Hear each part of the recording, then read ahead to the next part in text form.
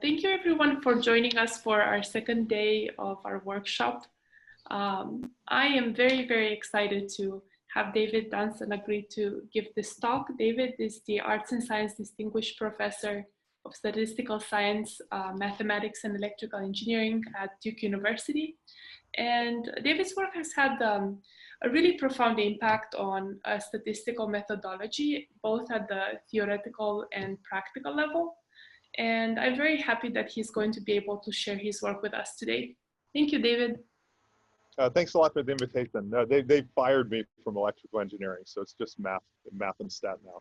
But yeah, so I was going to talk about, please interrupt me as I go. There's no need to kind of put questions in a box or anything. Just call out questions. I'd like to keep this informal and have it more like an in-person vibe to it. So yeah, call out any questions you have, clarifications, etc. So this is work that's joint with a recent postdoc of mine, Norit Chandra, and also Tony Canali, who's a longtime collaborator of mine, who's a professor in Italy. And we were interested in particular in clustering of high-dimensional data, and there'll be some bearing on missing data that I'll mention as I go through, though that's not the main focus. And in particular, doing model-based clustering. And we found that there was a substantial pitfall in doing model-based clustering in very high-dimensional cases, and I'll discuss that, and I'll also talk about some solutions that we came up with. Okay, so I'll start out with a kind of background, a long background and motivation for the problem. I'll give like our main theory result, which shows that a broad class of existing methods actually completely fail if you take a limit as the dimension of the data increases, but you fix the sample size.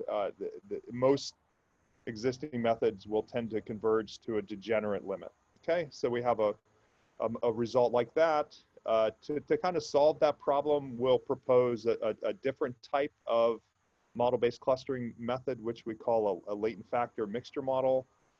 It's also Bayesian, and so we call it this LAM acronym. I'll then implement it. I'll show some results briefly in some simulations. And we were motivated by a single-cell RNA-seq type application. Norit's postdoc was funded by a collaborator of mine, Sandeep Dave at Duke, a longtime genomics collaborator. And so he was trying to come up with a potentially better method for clustering to obtain cell types. And I'll give some key references.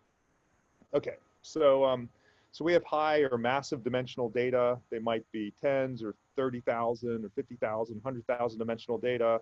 YI, say for cell I, different gene expression values, p dimensional, and p is huge. There may also be missing values, and so our type of method can easily handle missing values, and so there might be some missing values as well. And we want to flexibly model the joint distribution of Y, and so we want a model that can kind of flexibly characterize the likelihood of Y or have a generative model for Y. And also we're particularly interested in inferring clusters. And so we'd like to cluster the different, say, cells into groups, and maybe those are cell types. Okay, so in terms of clustering can be thought of as partitioning the integers from 1 to n, such that the data within each partition set are more similar to each other than the data in different partition sets.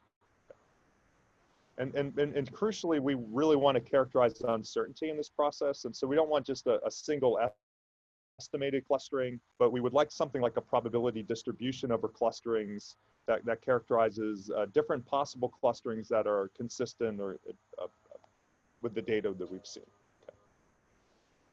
Okay, so one motivating application, I'll give a disclaimer in that I don't know all that much about single cell data. I'm not a genomics expert really, but we were playing around with single cell RNA-seq data, and we'd like to infer cell types by clustering cells.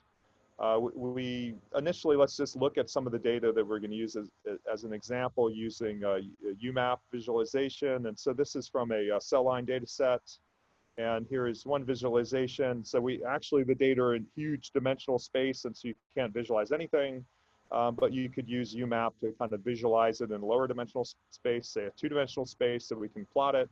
And if we do that, then we see kind of evidence that there's kind of these clusters in the data. Though that might be, you know, distorted when we're doing this kind of projection from very high dimensional space in tens of thousands of dimensions to low dimensional space and doing this UMAP visualization. So that might be somewhat not realistic, but that's as well as we can do, perhaps. Okay, so so what can we do if we're doing clustering? So there's a rich literature on algorithms for clustering, a huge literature, including a lot of approaches for high dimensional clustering. Typically, the focus of this literature is obtaining a single clustering based on maybe optimizing a loss function. You know, in high dimensions, it's common to do something pragmatic. And so, you know, one thing that we thought of just to get our collaborators some results, well, maybe we can just apply some type of first stage dimension reduction, ignoring clusters in the data, like something like sparse PCA. So sparse PCA, we take gene expression values and we get some sort of smaller set of principal components. Maybe they're 30 dimensional now or 50 dimensional instead of tens of thousands of dimensions using sparse PCA, okay? But ignoring the clustering. And then in the second stage, we might just take those lower dimensional features and apply some off-the-shelf clustering algorithm like k-means, okay? So that would be a reasonable seeming thing to do in this type of setting. You know, one issue though is that when we're doing the sparse PCA, of course, we're not taking into account the clusters, and so that might not be optimal in terms of identifying the lower dimensional features if we don't actually take into account the clusters in doing that type of projection. Also, if we have a method like this, these methods tend to struggle to deal with missing data, and it's also not clear how to characterize uncertainty in the clustering and doing something like this. So it's not clear how we could use something like Bootstrap to obtain uncertainty in clustering. We were actually, people can correct me if they know of a paper, but I wasn't able in our literature review to find a method for doing uncertainty in clustering in k-means, for example. In some separate work, I'll provide a citation at the end. We now have a method that can do, you know, uncertainty quantification in k-means clustering. Okay, so today we're going to take a model-based approach, and so not starting out with a loss function, but we want a generative model for the data, and based on that model, we're going to do clustering. Okay, and so model-based clustering, there's probably tens of thousands of papers at this point, relies on a mixture model. So we have something where, okay, well, here's our high-dimensional data vectors for cell I. We have this vector yi. It's drawn from some density f, okay? And then we're going to say the density f is in this mixture form. It's a mixture of k components. The probability that a cell falls in component H, say cell type H, is pi h. And then the density of the data within cell type H, component H, is just this kind of math cal k of y of theta h. And so this might be some sort of kernel, some family of distributions that's parameterized by theta h, so that perhaps that's a multivariate normal distribution, for example. Okay, and so so in clustering, we need to have some sort of structure in terms of these pi h's, and we also need to choose these kernels if we're going to take a model-based approach. And so here the components are not necessarily clusters. They're what I would call potential clusters, because you could imagine we could let k be very large, and it might be that the cells that we have in our sample don't occupy all k clusters. Instead, we could even have k as an infinity, because if we had an infinitely large sample, we might keep observing more and more types of cells. But in a finite sample, we'll only see maybe, you know, 10 types of cells or 5 types of cells, okay? And so you can imagine if the pi h's, if some of them are relatively large, but there's a lot that are really, really small, in a finite sample, we might not actually observe any clusters for those smaller pi h ones, okay? So they're like k's potential clusters, not actually the number of clusters. So yi sampled from component H with probability pi h, and the density within a component is characterized by this blue component, okay, where the theta h is the component specific parameters. So this is just classical model-based clustering, nothing new here. So if we take a Bayesian implementation, which is quite nice in terms of characterizing uncertainty, we could fit a model like this with an EM algorithm and get a maximum likelihood estimate, but it's not clear how would we then characterize uncertainty in clustering in doing that. And so instead, we're going to take a Bayesian approach. And so then we would put a prior in the different pieces in the model. So we have these pi's, and we have the thetas. Maybe we choose a class of k's. So we just need to choose priors for pi's and thetas then, yeah? And so that would give us a Bayesian specification, and that will induce a prior also on the clustering. Okay. So a prior on the weights is one of the really key parts. And so we could put a prior on the weights, or instead we could equivalently put a prior on the partition of observations in the clusters. And so this is like two different ways to think about things. And so if we put a prior on all the pi's, if we're thinking about clustering, the clustering is going to happen by sampling from some discrete distribution. And so if we think, okay, we're sampling from this guy, well, the ith observation is sampled from component H with probability pi H, and we do that for each of the n observations.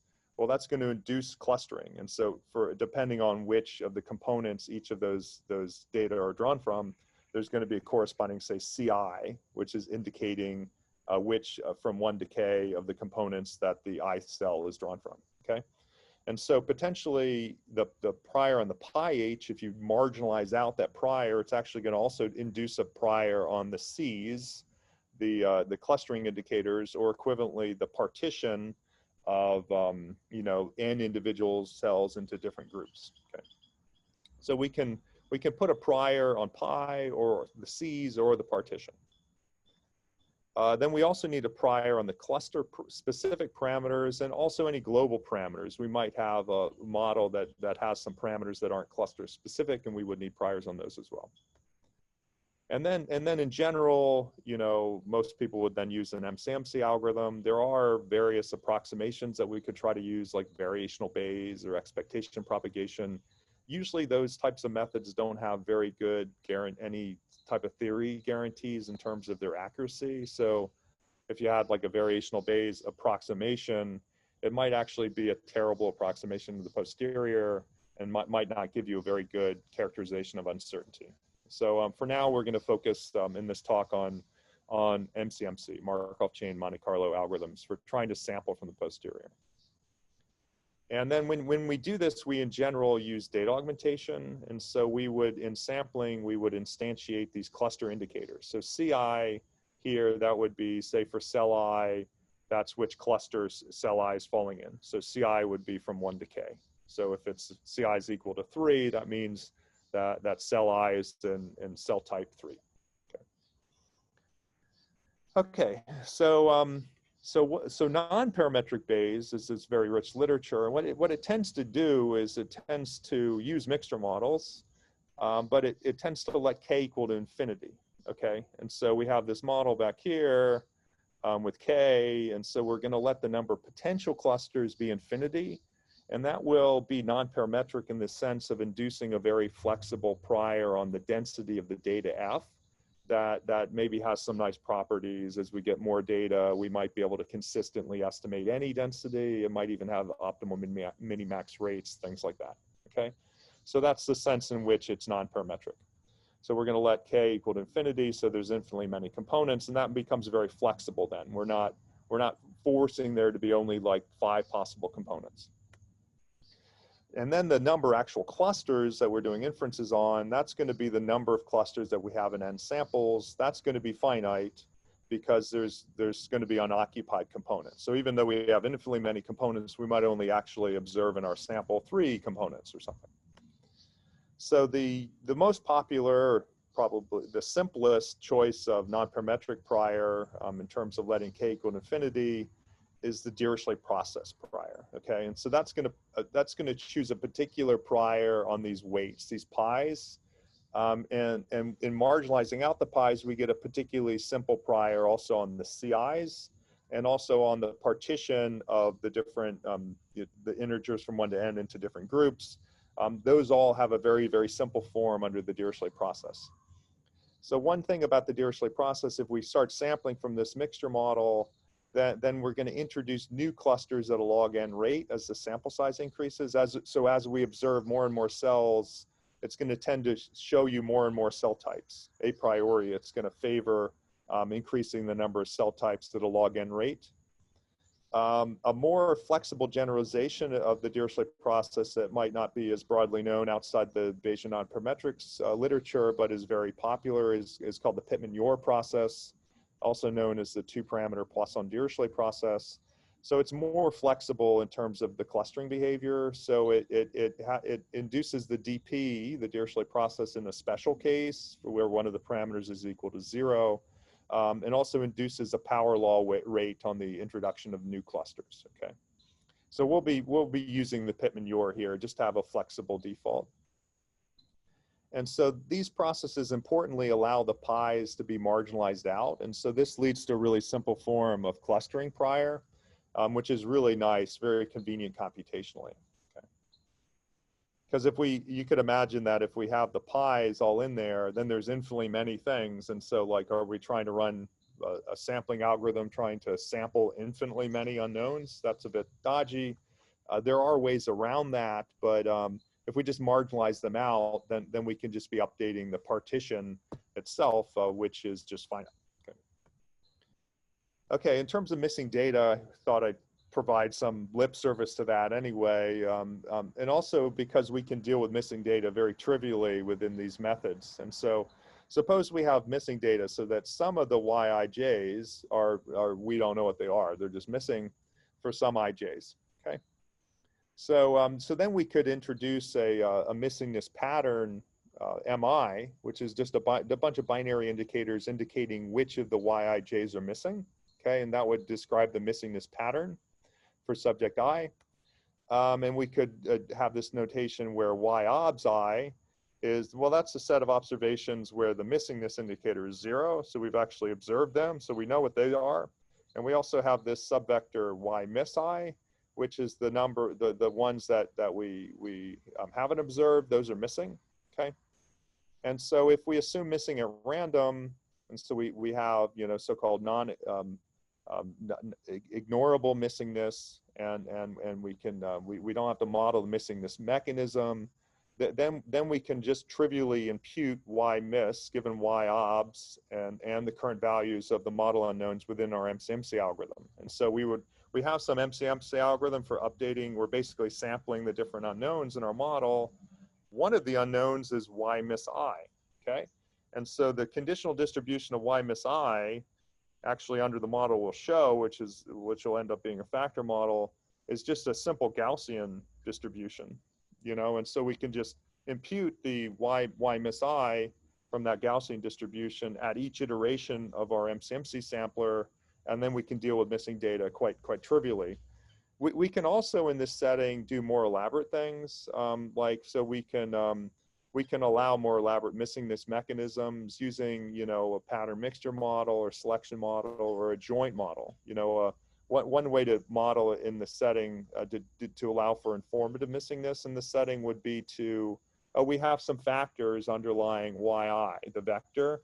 Well, those factors might also be informative about the missingness pattern. And so we could have a joint model that has, you know, a model for multiple binary data, maybe some type of probit model or logistic regression model where we put in the latent factors underlying the complete data vector in the model for the missingness, and that would allow for not informative missingness or non-ignorable missingness. So we could do that in a pretty straightforward way, just using our kind of Bayesian machinery. I'm not going to do that today, but I just thought I'd put that out there. Okay, so so implementing model-based clustering in high dimensions. Okay, so now we have high dimensions, and so what are some of the issues we'll run into? Well, you know, one of the big issues is that we could use an off-the-shelf prior like a Pitman-Ure for the pies and for the clustering and the partitioning, but then we have this high-dimensional multivariate density we have to deal with. And so, well, maybe this is like a 10,000 or 30,000 dimensional distribution. That's like not so trivial to put down a model for that that's going to work very well. Okay. And so, you know, a typical case, we would think, well, maybe we'll use a multivariate normal. So, so if we had a location mixture, then we would say, oh, well, the model for the distribution of the gene expression measurements within a cell type is multivariate normal. It has a cell type specific mean, but it has a covariance matrix that actually is common across cell types. Okay, so that would be one approach we could take to try to simplify things, to let the covariance be fixed, but let the mean vary across components. But this would allow, it would assume the cluster shapes are the same, but only the locations differ. And so it actually is not very realistic to assume that. So often the cluster shapes are going to change. And if we use an overly simple model for the distribution within a cluster, it will tend to introduce artifactual clusters. So it'll split. Maybe the cluster shapes actually differ. What'll tend to happen then is it'll choose the sigma so that it's characterizing the kind of smallest cluster shape, and the bigger clusters it's going to split into subclusters. And so we'll end up getting, you know, not like actually a good cell type cluster, but it might be taking a cell type cluster and breaking it into a bunch of subclusters, and then we'll get kind of too many clusters. So that's a big problem. So a more realistic model would let both the mean and the covariance vary across clusters, but then we have a lot of parameters per component, because it's like order p squared parameters, and if p is like 30,000 or something, that's an enormous number of parameters. And so we're going to need some type of dimension reduction to get this to work at all. We can't use some off the shelf, like just put in all the parameters and just use some sort of conjugate prior in a Bayesian case. That's not going to work. Okay, so there's a lot of ways to reduce dimensionality in this context.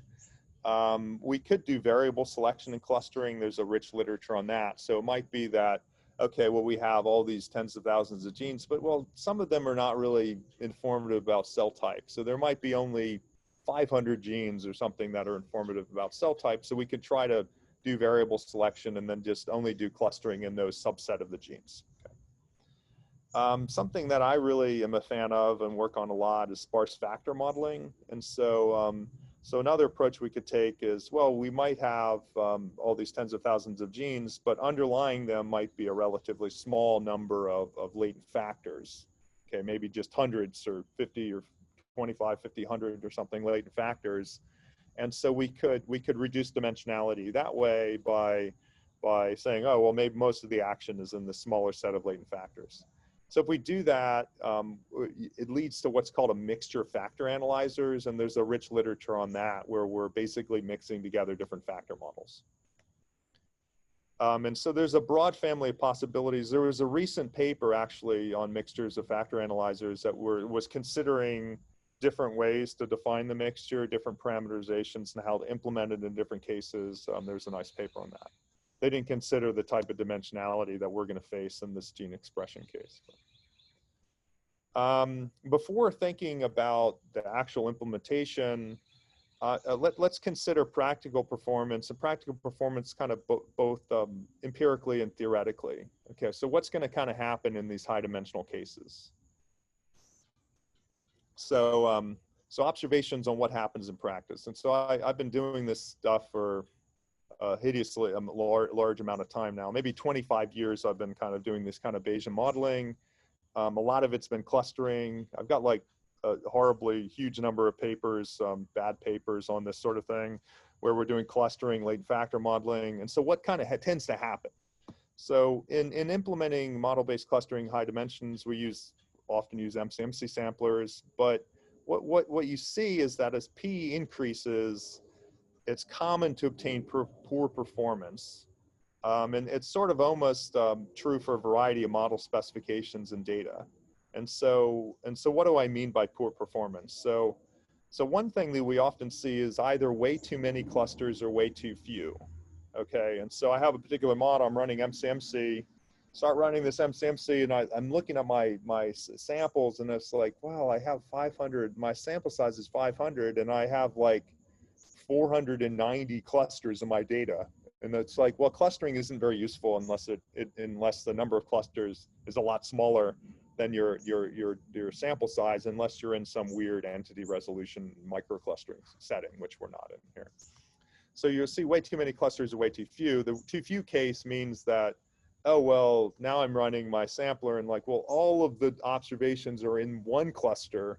You're like, well, that's not very useful either. So these are kind of two degenerate cases. Like you put everyone in their own cluster or everyone in one cluster. Those are like both things that you don't want to happen.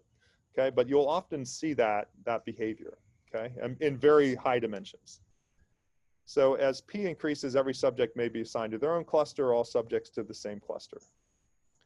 So the one question we had is, well, you know, Markov chain Monte Carlo, we're trying to run some sampler that ideally converges, but the dimension that we're in is enormous. And so maybe the MCMC just mixes terribly. And particularly has a bad scaling limit. There's a big theoretical literature on scaling limits of MCMC. Maybe in these mixture models, as P increases to infinity, the scaling limit of MCMC is bad, and that's why we see this bad behavior. So that's option one. Option two would be, well, maybe it's actually a property of the posterior in high dimensions. And so that's something people didn't consider at all before that I've seen anyway. There has been some work on trying to study MCMC scaling limits in somewhat related models anyway. And so which one is it? Or is it both? Yeah. And so we were going to try to study that. Well, let's try to study whether the true posterior, how that behaves in the high dimensional case. And so what I mean by that is, like, I'm going to fix the sample size, and I'm going to let the data dimension P go to infinity. Okay. Often in the high dimensional literature, you let both of them increase, but that's a bit weird in clustering. Like I want to cluster, and it's a bit weird from the applied setting as well. Like, well, you could think in medical applications, there's probably no limit to the number of things I can observe on you. I'd start observing gene expressions, SNPs, and like metabolomics and all these things. And so I can observe basically infinitely many things on you. But there's only so many people I can enroll in my study. I would like to cluster them based on their clinical profile, their genomic profile. And so what happens in that case in terms of the true posterior as P increases, but fixing N. So we're going to do that. So this kind of limiting behavior model-based clustering. So what we did in this case is it doesn't matter so much, and so it's not good to fixate too much on what prior we put on the clustering, because that's not going to play that much of a role. It will. We use that in the theorem, but it's not. If you use some other prior, you're going to have the same type of problem. So we're going to use a Pittman-Yor mixture because that's a nice flexible prior for clustering.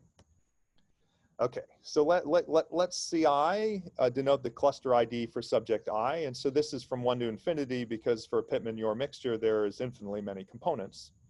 And then we're going to say, well, yi given CI is equal to H, that means that cell is cell type H, and the data for cell type H is sampled from this distribution.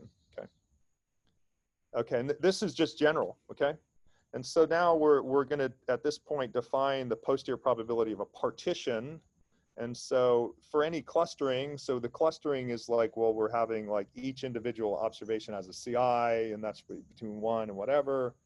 That's going to induce a partitioning. And so that's taking the integers from 1 to n and putting them in groups.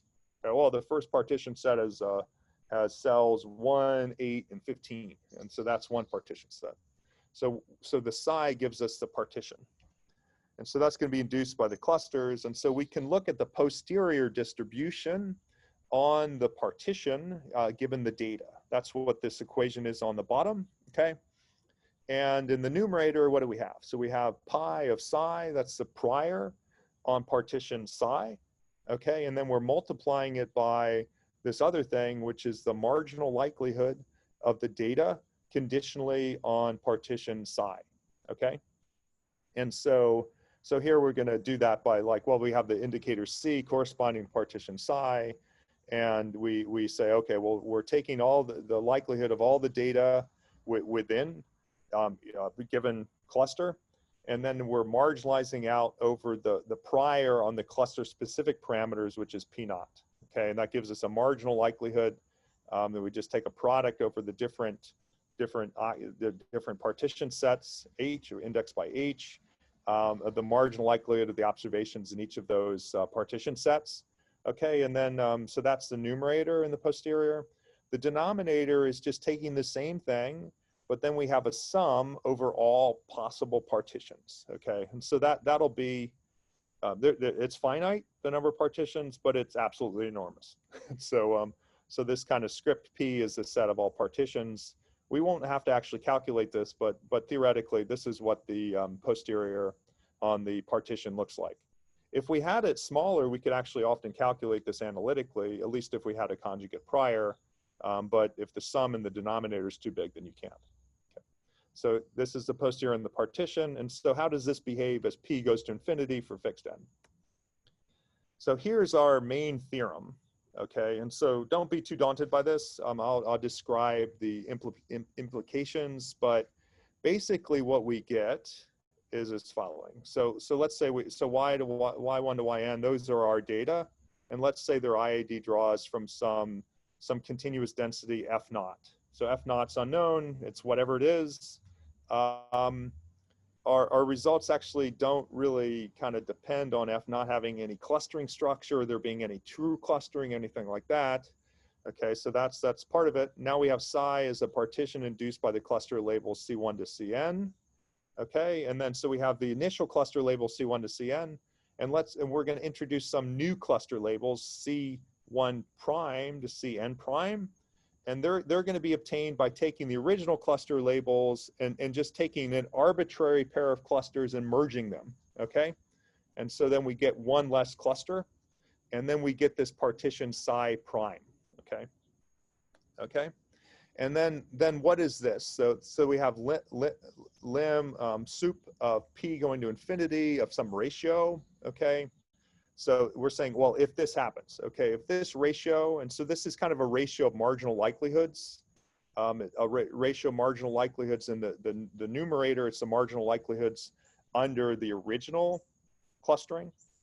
And in the denominator, it's the marginal likelihood under this merge clustering that just takes the original clustering and that merges one set, okay? So if, as that thing goes to, as P goes to infinity, if that goes to 0, in f naught probability, so that's like the data are generated from f naught, and we're increasing the data dimension. Then, if that's true, then the limit as P goes to infinity of the probability that everyone gets assigned to the same cluster goes to 1. Okay, so that means that if this is true, if this limit goes to 0, then we're screwed in way 1. Which means we assign everyone to the same cluster, okay? So that's bad limit 1. You know, if instead the same ratio goes to infinity, as P goes to infinity, then we're screwed in way 2. Then we're assigning everyone to a different cluster with probability 1, the posterior. So this is the true posterior, there's no MCMC here, okay? So there's 2 bad limits, and so we want to avoid these ratios diverging as P goes to infinity, which turns out to be not easy to do. So most models that people use now, they're going to have these ratios be diverging. And so their methods as P increases are going to give you terrible results. Okay. So this is our main theorem, the kind of unhappy theorem. And so what does it mean? So there's 2 limiting bad posteriors. The first puts probability 1 on assigning all observations to the same cluster. And the second puts probability 1 on assigning all observations to their own cluster, okay? So this is kind of matching what we saw in practice. Like maybe it's not the MCMC. Actually, we see this behavior in the MCMC sampler, something like this, and it's probably because the posterior is actually like that. And so whether we converge to one of these really bad limits depends on a ratio of marginal likelihoods. And so these are under an arbitrary clustering versus the modification that merges two of the clusters. And so they're relatively simple to get a handle on. because we're just comparing two things that are kind of similar to each other. Okay. So let's apply it to a couple specific models that might be something that you might think of using to see if what happens. Okay. So let's say we consider an important special case where we do a non-parametric location mixture of multivariate Gaussian kernels. Okay.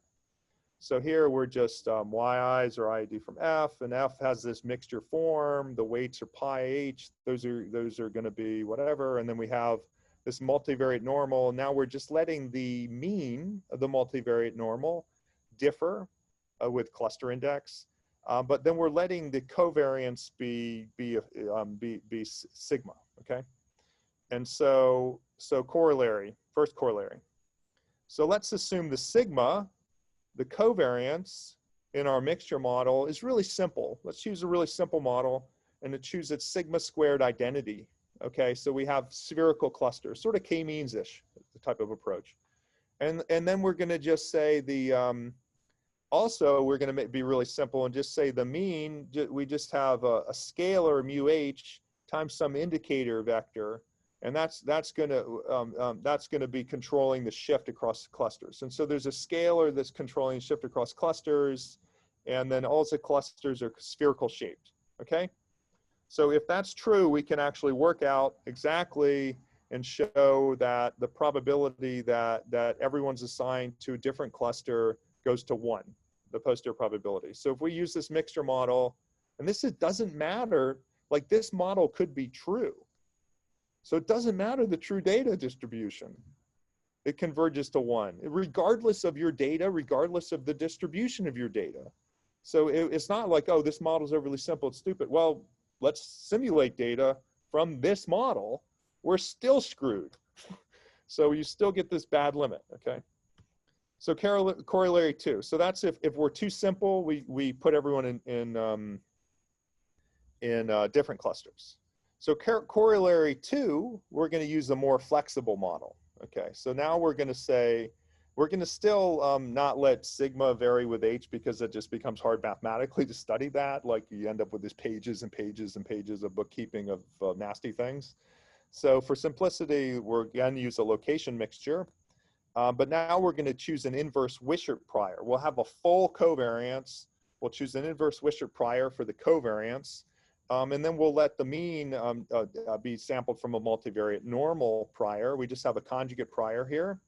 And that can change arbitrarily across the clusters, okay?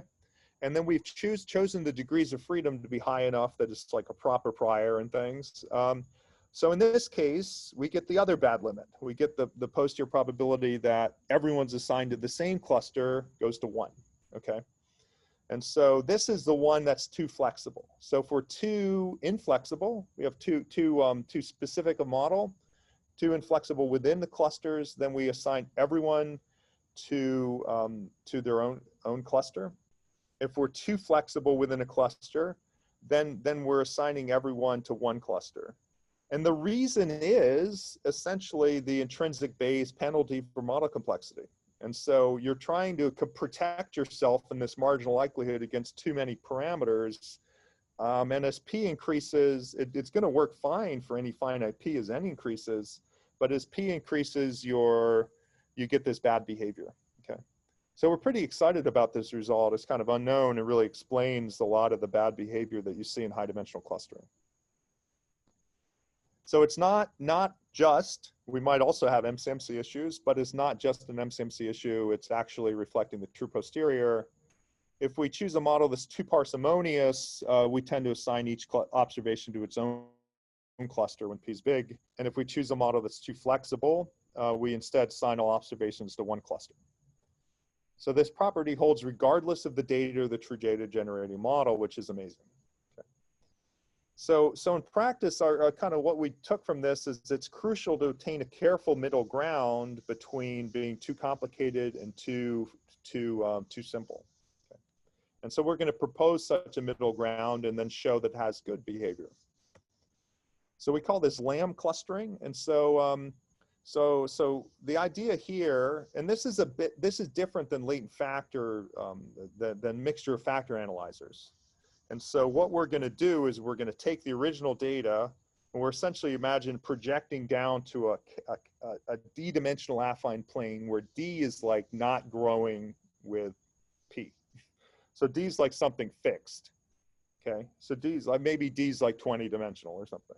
So we have a d-dimensional affine plane where we're modeling all the action on there. And so the eta i's, these are latent factors underlying the high dimensional data that live on a d-dimensional plane.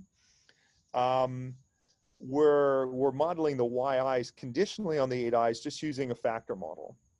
So we have some factor loadings matrix, which is the blue lambda.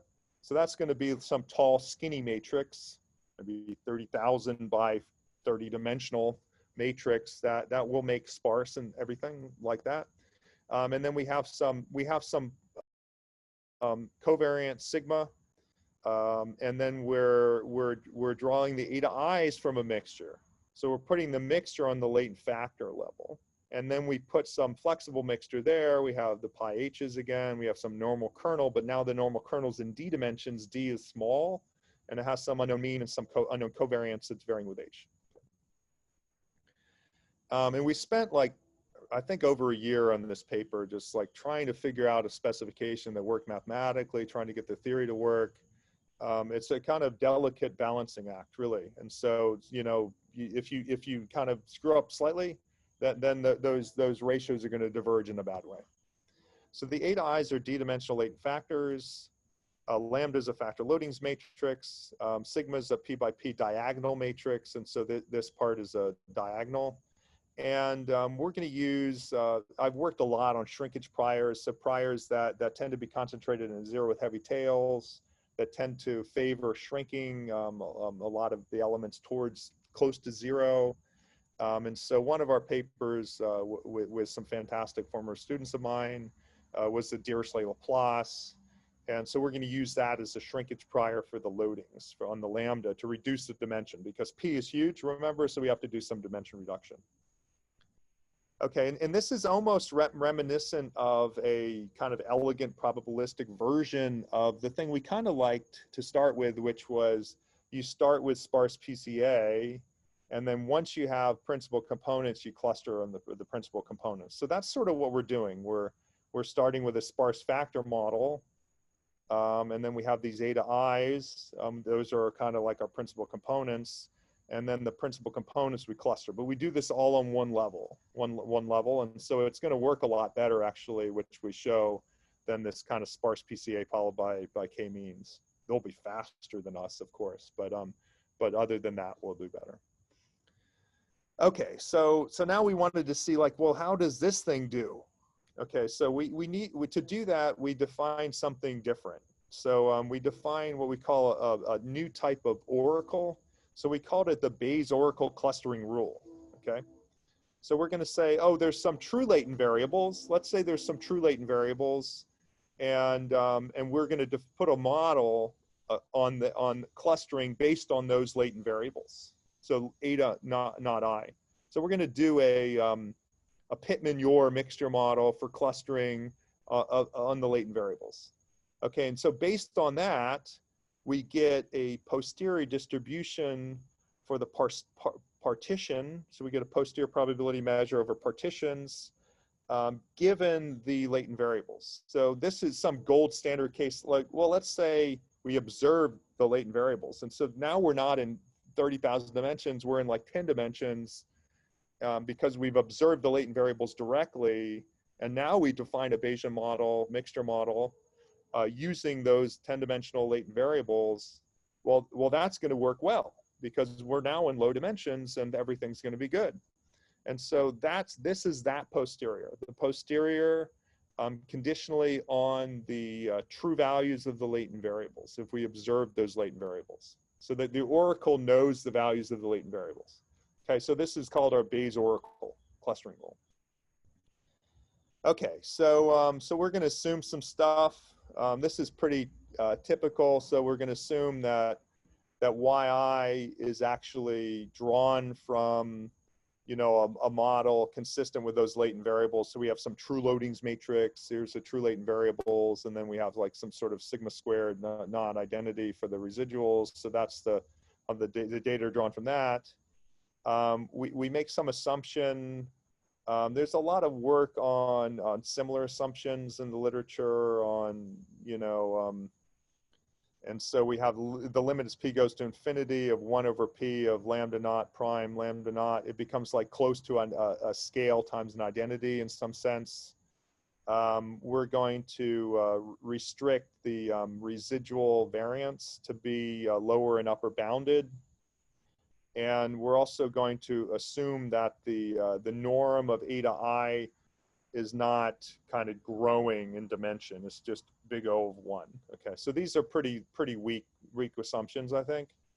Okay, so if we do that, I think we get this pretty remarkable result. So we get, and it's almost like a blessing of dimensionality. And so we're not, we're blowing up P. And so we're not blowing up N, we're fixing N, and we have sized the partition on this fixed N, and we're blowing up P, and we're saying, oh, as we get more and more higher and higher P, the posterior on partitions given our data is converging exactly to the posterior given the knowledge of the latent variables. So it's converging to the oracle posterior. And this oracle posterior is free from the high dimensionality problem because the latent variables are low dimensional. So this is the posterior conditional on the latent variables.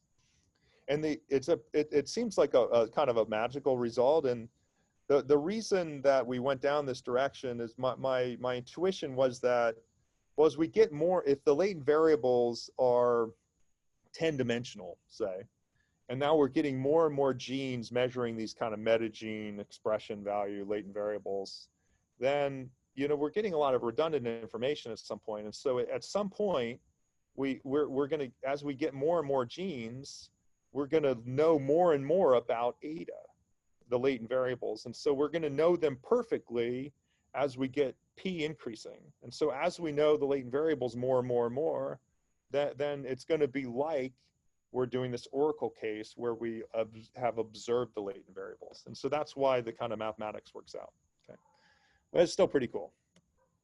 So so we can, you know, we have our model here. We're trying to justify this LAM model.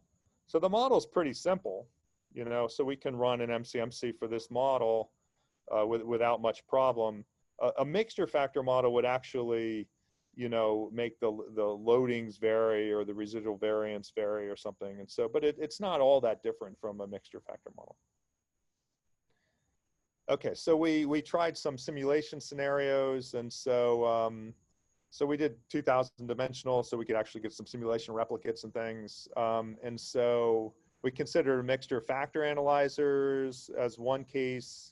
We considered the LAM model as another case, and you can see what kind of form it takes. So it kind of, it reduces the dimensionality a lot in a quite elegant way in terms of, you know, kind of mapping down to some lower dimensional plane. And then now the mu's are only varying in like d dimensions, and then the covariance is only varying d dimensions. And so we kind of map down there.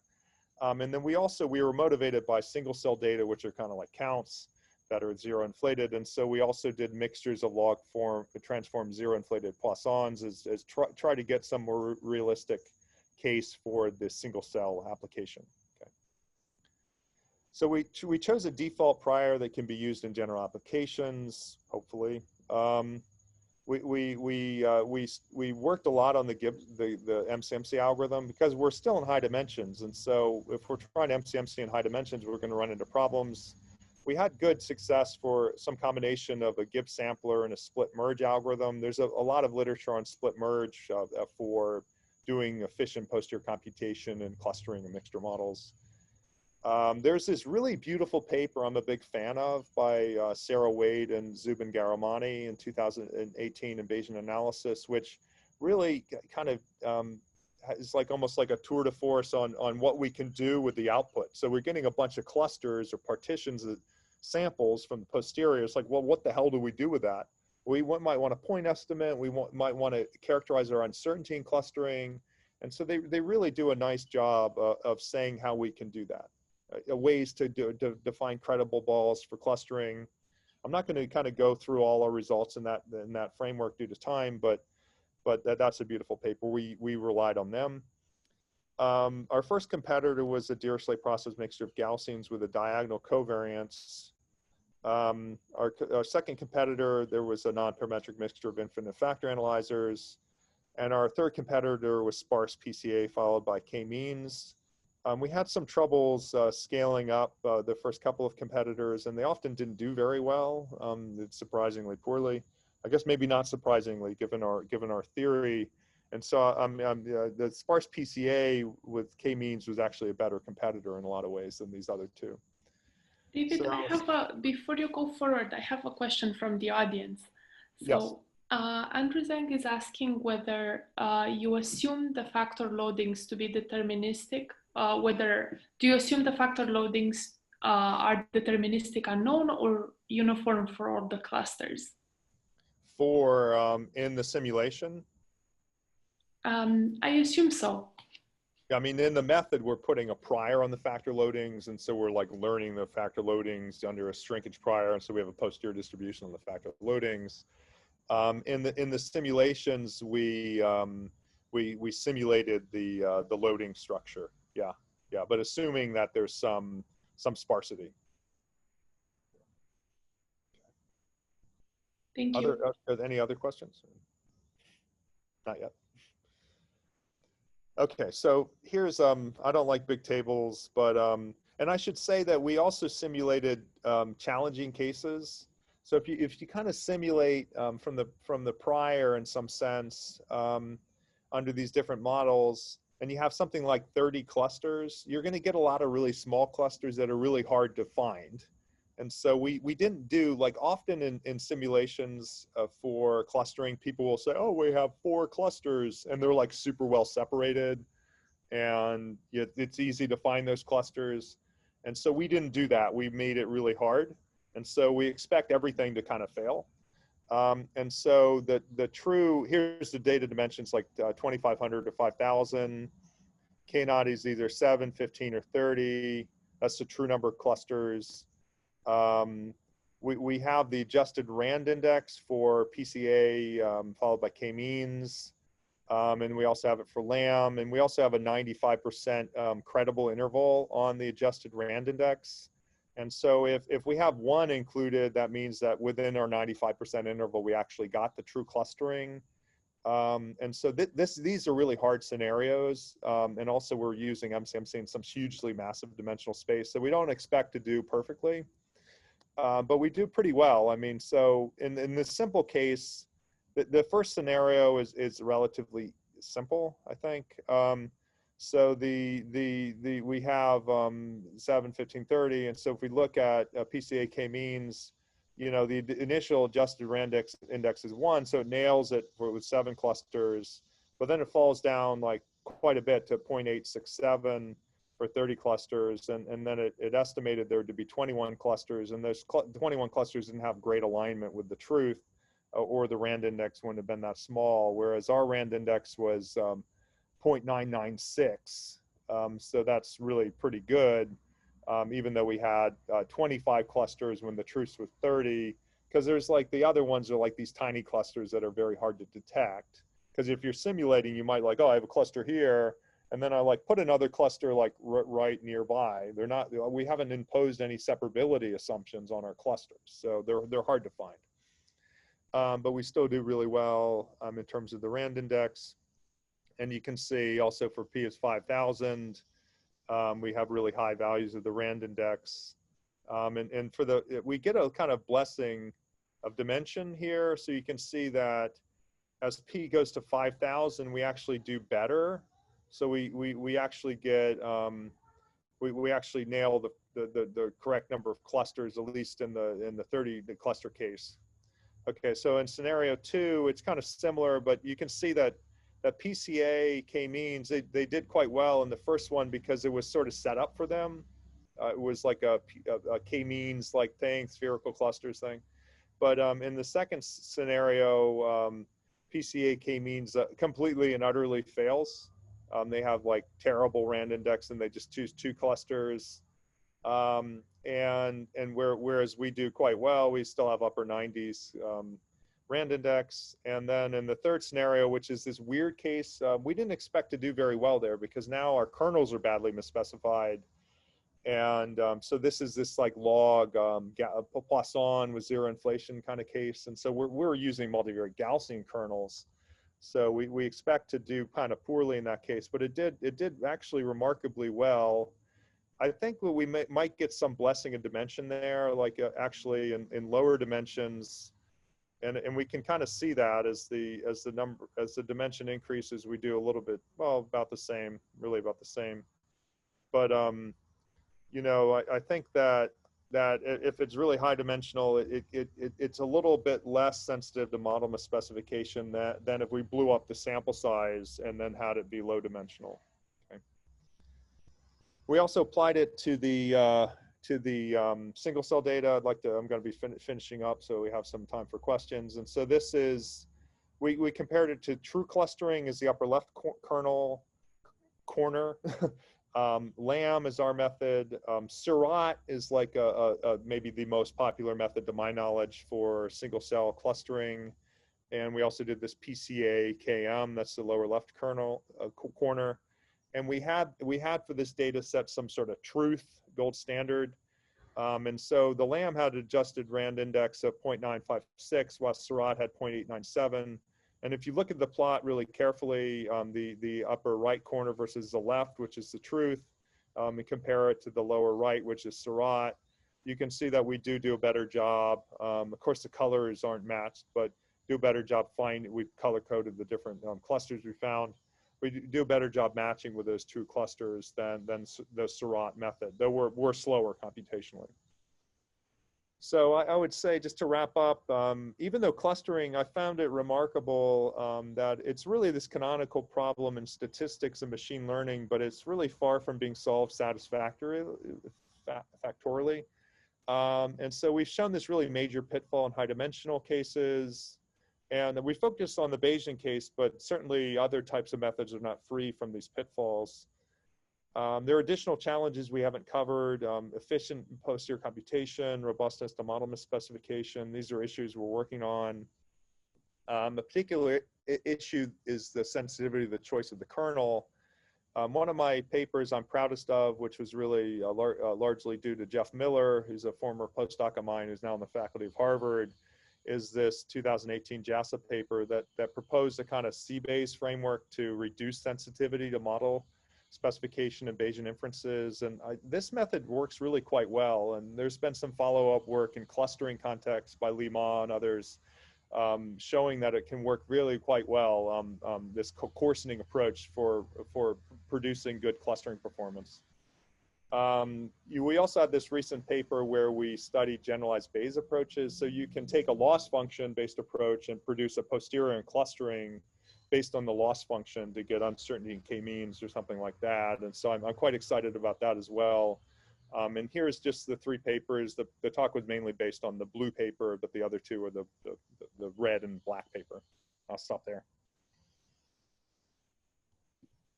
Thank you very much, David.